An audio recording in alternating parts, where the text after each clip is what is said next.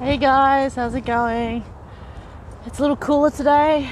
There was a bit of rain last night, and there's clouds today. Hopefully, there's going to be some rain. Don't know. Anyway, one of my favourite corsets, the string broke on it, so I'm having to wear another one. Good thing I've got more than one, so I'm just distracted by the flowers. As you do when you're a cat and you want to like attack them and not want them. So this had me thinking on people because I was watching a bit of, was it Paul Murray last night? He was talking about ageism, how there's people that are, over the age of 50, 65, 70 that want to keep working because that kind of generation never really retires. Just a second. They just work. They semi-retire. They want casual jobs, part-time jobs. What a friend of mine calls thumb and bum jobs, because they've done the climbing the ladder. They've done the 80, 90 hour week or whatever it is, the massive hours every week. They don't want to climb up those managerial positions. There's quite a few that will happily work at McDonald's. And people say, oh, you're overqualified, I'm not hiring you. And I'm like going, okay, now. I wondered at what age those other managers are that do the hiring and firing, if they're at all worried that, these older people will try and take over their job. I think a simple question there to ask those guys, the candidates, saying, well, you obviously have a lot of qualifications. Why do you want to work in a job in a lowly position flipping burgers? Most of the time I would say a lot of them are just, well, I've done the climb the corporate ladder, as I said, and they just want a thumb and bum job, something to keep them busy during their semi-retirement, give them a reason to basically get up in the morning and go to work and have a life, and a little bit of extra money always helps.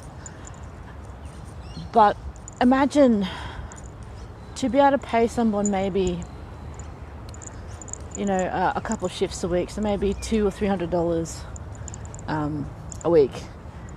I wonder at the savings on mental health that would be, because when one of them said that, my doctor, someone basically said, you're better off.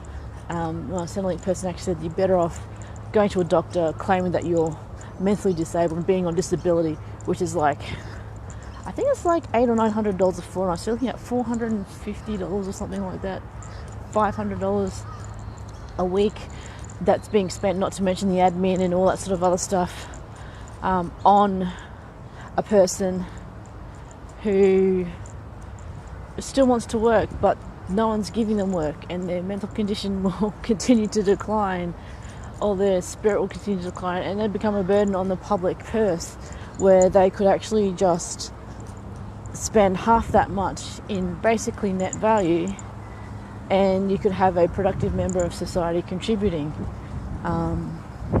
Because from that, they also usually have other things that they do, or that they can do from that, gaining confidence and all that. I'm saying that a lot.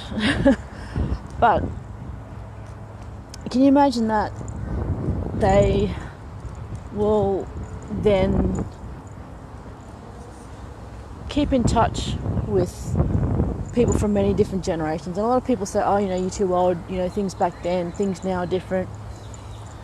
Maybe they should look at it as an opportunity to learn from the older generation and the younger generation being together. I mean, there's no longer a real sort of nucleic family, well, at least in most Western societies anyway. There's still some, but having people of many different ages living under one roof, many different generations living under one roof, and being able to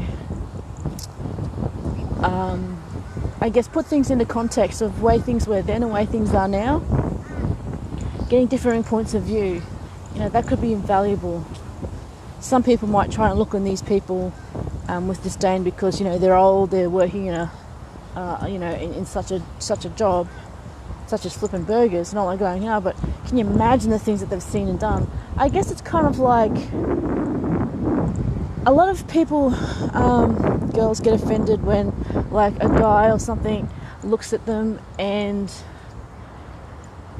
they're older and they go, oh, he's a dirty old man or something like that. And I'm going, well, can you think of it also in the fact that, you know, this person is like way older? How many people of the opposite sex or same sex have they looked at in all those years? And the fact that some of them will actually stop and give you a compliment, yeah,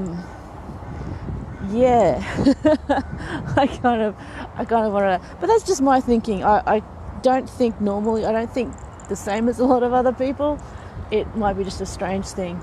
But yeah, older people in jobs, they used to, you know, overqualify, but who cares, you know? They can bring something very valuable to a team, and they may just want to be just a team member. They don't want to lead the team or be a manager. They want to leave that up to the young people, the young whippersnappers, the ones with ambition. Or is it that those people in those positions feel really insecure and they know somehow that they're lacking? I don't know. But people are very odd that way, I think. And not to say that I don't feel that occasionally, feel a bit insecure. It happens. Insecure, uncertain. Yeah, more uncertain in some things because, you know, a lot of things can be new and amazing.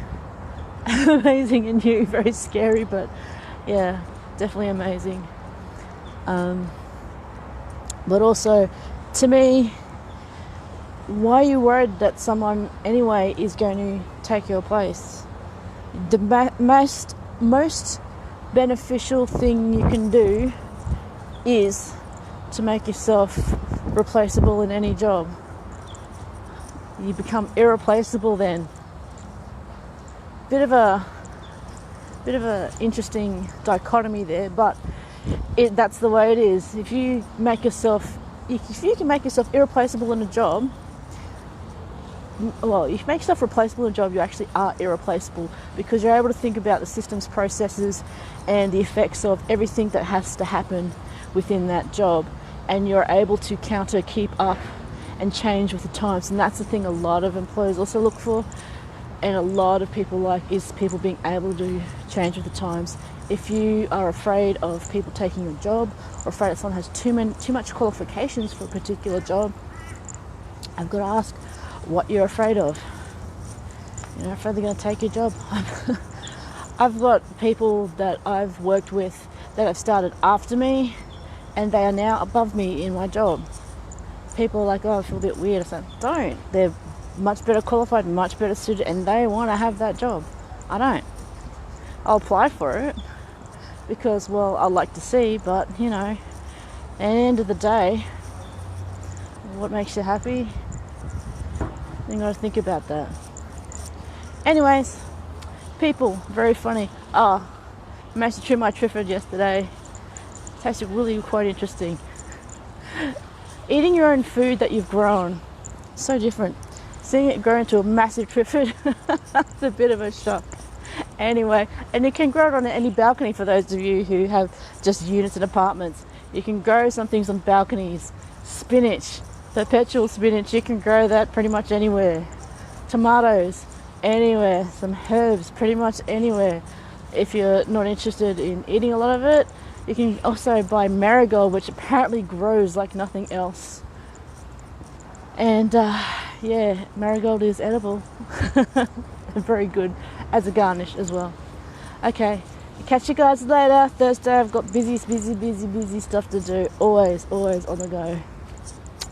See you guys. Love yous.